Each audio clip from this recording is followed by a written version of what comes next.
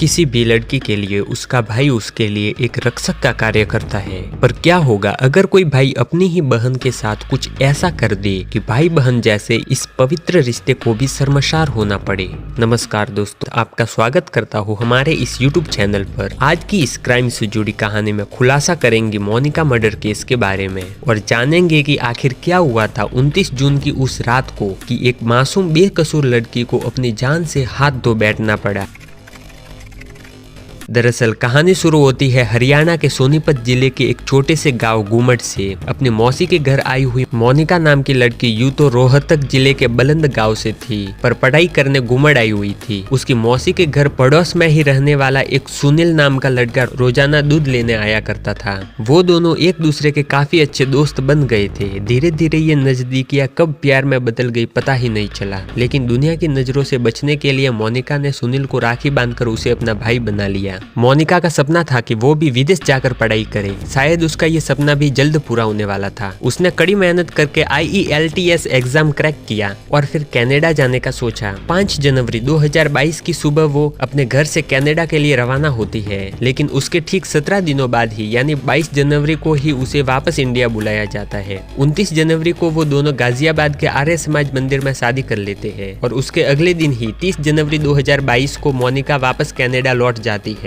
लेकिन सुनील की प्यार भरी बातों में आकर वो वापस इंडिया आ गई। फिर उसे वापस कनाडा जाने का मौका ही नहीं मिला। इन यात्राओं के बारे में मोनिका के घर वालों को कुछ भनक नहीं थी। अप्रैल महीने में जब उसके मौसेरे भाई का उस पर वीडियो कॉल आता है तो उसे वहाँ पंखा चलता दिखाई देता है। लेकिन इन दिनों कनाडा में भारी ठंड होती है। जब इसका कारण पूछता है तो मोनिका तुरंत फोन कट कर देती है। पहले तो मोनिका की उसके घर वालों से बातें होती रहती थी, फिर धीरे धीरे उसने अपने रिश्तेदारों और घर वालों से बात करना ही बंद कर दिया। यहाँ तक कि कुछ रिश्तेदारों के फोन नंबर तो ब्लॉक लिस्ट में भी डाल दिए। बहुत लंबे समय तक जब मोनिका के घर वालों की उससे बात नहीं हुई तो जून 2022 को मौसी ने गन्नौर थाना सोनीपत में गुमशुदगी की रिपोर्ट दर्ज करा दी। कार्यवाही की रफ्तार इतनी धीमी थी कि 6 महीने तक मोनिका के बारे में कुछ अता पता नहीं चला। इसी कारण मजबूरन हरियाणा के तत्काल मुख्यमंत्री मनोहर लाल खट्टर और तत्काल होम मिनिस्टर अनिल विज तक गुहार लगाई। फिर ये केस रोहतक IG को सौंप दिया गया। रोहतक IG ने इस केस को भिवानी CIA को सौंप दिया। जब इस केस के बारे में वापस से छानबीन की तब मोनिका की मौसी ने सुनील पर शक जताया, क्योंकि मोनिका के कनाडा जाने के बाद वो भी गायब हो गया था।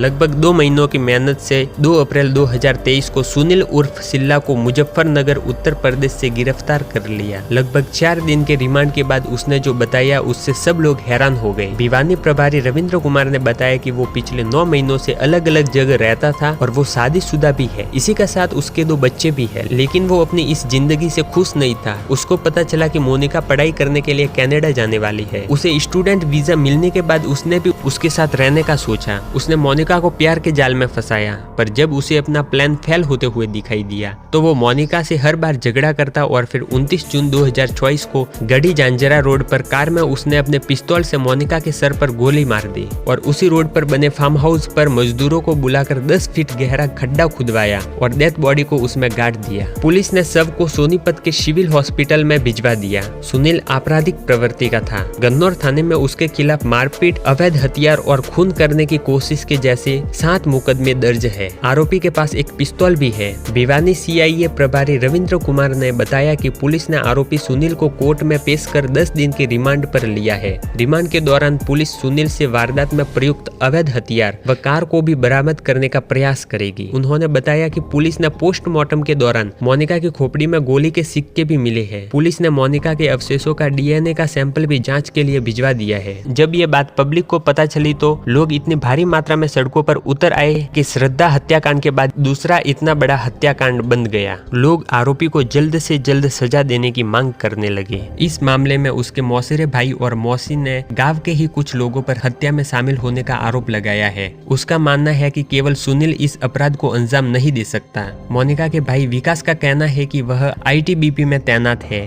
और पिछले लंबे समय से छुट्टी पर आया हुआ है। विकास ने कहा कि मोनिका की हत्या में सुनील ही नहीं, इसके साथ और अन्य लोग भी शामिल हैं, जिन्हें पुलिस ने गिरफ्तार नहीं किया है। जहां पर मोनिका का शव दफन किया गया था, फार्म हाउस मालिक की इजाजत के बगैर ऐसा नहीं हो सकता। उसकी सबसे बड़ी साजिश है, तभी मोनिका को वहां दफन किया गया था। फिलहाल सुनील पर कार्रवाई चालू है। तो दोस्तों ये थी आज की कहानी। आपका क्या कहना है इस क्राइम से जुड़ी अनोखी वारदात के बारे में? अपनी राय कमेंट सेक्शन में जरूर बताएं। मिलते हैं ऐसे ही एक और नई वारदात के साथ। तब तक आपका और आपके अपनों का ख्याल रखिए। धन्यवाद।